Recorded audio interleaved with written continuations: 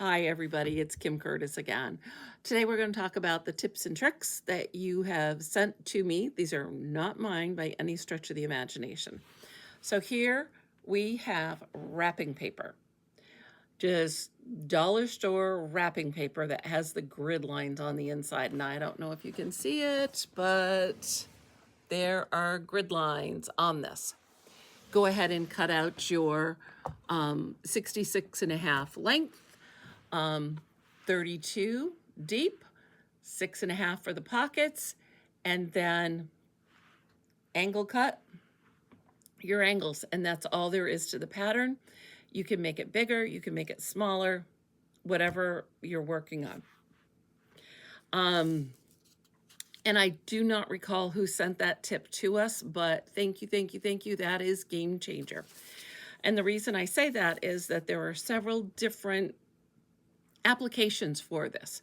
So a question we get a lot is, can you use an old quilt? Maybe something happened to a quilt and it's, been ripped or worn in a certain section. By all means, make your pattern, lay it on your quilt, and cut away. That's fine too. The other thing that one person had said to us was they just took a piece of material and they quilted it, and they then took the template. And when I say template, this is a paper. Nobody's making a profit off of this one. Your dollar store stuff. So lay your template out on it and go from there. And that is phenomenally easy. You can do it. One of the other things we heard recently was a self-care tip, and I just, bless her heart.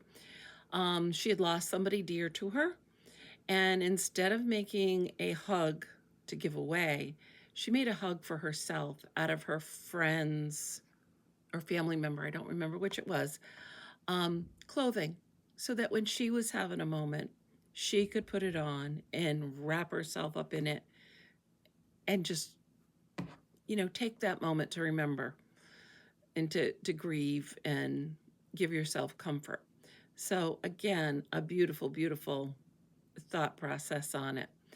We have seen people put hooks at the very top for hanging ease, and there absolutely can do that. Early on in the project, we had one lady take the corners that were cut off and she made a hood to put onto hers as well. It was really cute. I don't have the link to it, but it is in our photos. If you scroll back far enough, you will find it. And closures. If you're talented enough to do buttons and want to do buttons, if you want to do snaps, whatever. Velcro was quick and easy for us, so that's why we went with it. I would say that just be careful when you're doing the laundry to Velcro it closed so that you can not have it catch on to other things that might be delicates within the wash. We've heard people have concerns that it might not weather well at nursing homes that do their own laundry in really big batches.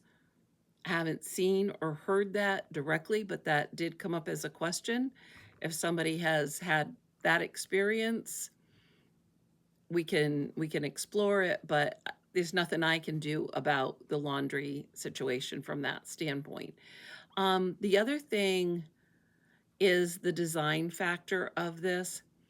This was not meant to be an everyday go to a football game type thing. It has some very specific design features, and it was meant for somebody who might be in a wheelchair. And not having a lot of bulk at the base is important, because if you have too much bulk when somebody's sitting in a wheelchair, creates sores, discomforts, things of that nature. The neckline was very deliberate, that if you're going through chemo or any type of treatment, that your care team can get to your ports or get to your veins in your arms quickly, easily, but yet you can still be warm and comfortable. So There were some very specific design factors that came into it, but we're good. If you come up with something that tweaks this to make it suitable for whomever you're working with, whether it needs to be larger, smaller. I've done some templates that are on our webpage, on our Facebook page, um, reducing it and increasing it. So by all means, check that out. But if you need something in between, start eliminating a couple of inches each way on a sheet, wrap it around your person, see if that works, and go from there. And what else? Yes, pre-quilt it, cut it out, whatever works for you. And you can we use polar fleece on the inside of ours. The reason being is that it molds to your body better. Yes, you can use flannel. Some people have put batting in them and sandwiched it like a regular quilt. Absolutely can do that. It's all fine and well. This is not you must follow the pattern. This is a template. Please adapt it for where you live, because we've had a lot of people from, really warm places that just need something lighter that they want to wrap up in. So appreciate that. So again, happy to hear your tips and tricks. If you've made one, please share your photo. We love to see your photos. And we do have a little bit of trouble posting them. So it has to go to our site first, private portion, and then we post out from there. So apologies for that. But yes, if you post to us, we will get it and my sister will put it up for you. And if you have questions, always try to be there to answer anything that we can, give you some guidance and assistance, but we're just so appreciative of everything you do. And again, I'm at my friend Donna's quilt studio right at the moment. She's got this lovely board that I have never had access to. I've been working on one of my own. So stay tuned for that. Those pictures should be coming shortly. And let me see if I can give you just a quick peek at the quilting studio and retreat. We have so much fun. It is such a community of love and giving. There's a lot of volunteer projects going on here, a lot of classes going on here, a lot of people learning to sew, learning to quilt.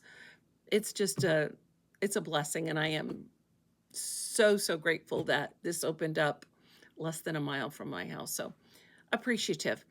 So if you have questions, please let us know. But again, thank everyone for all you've done.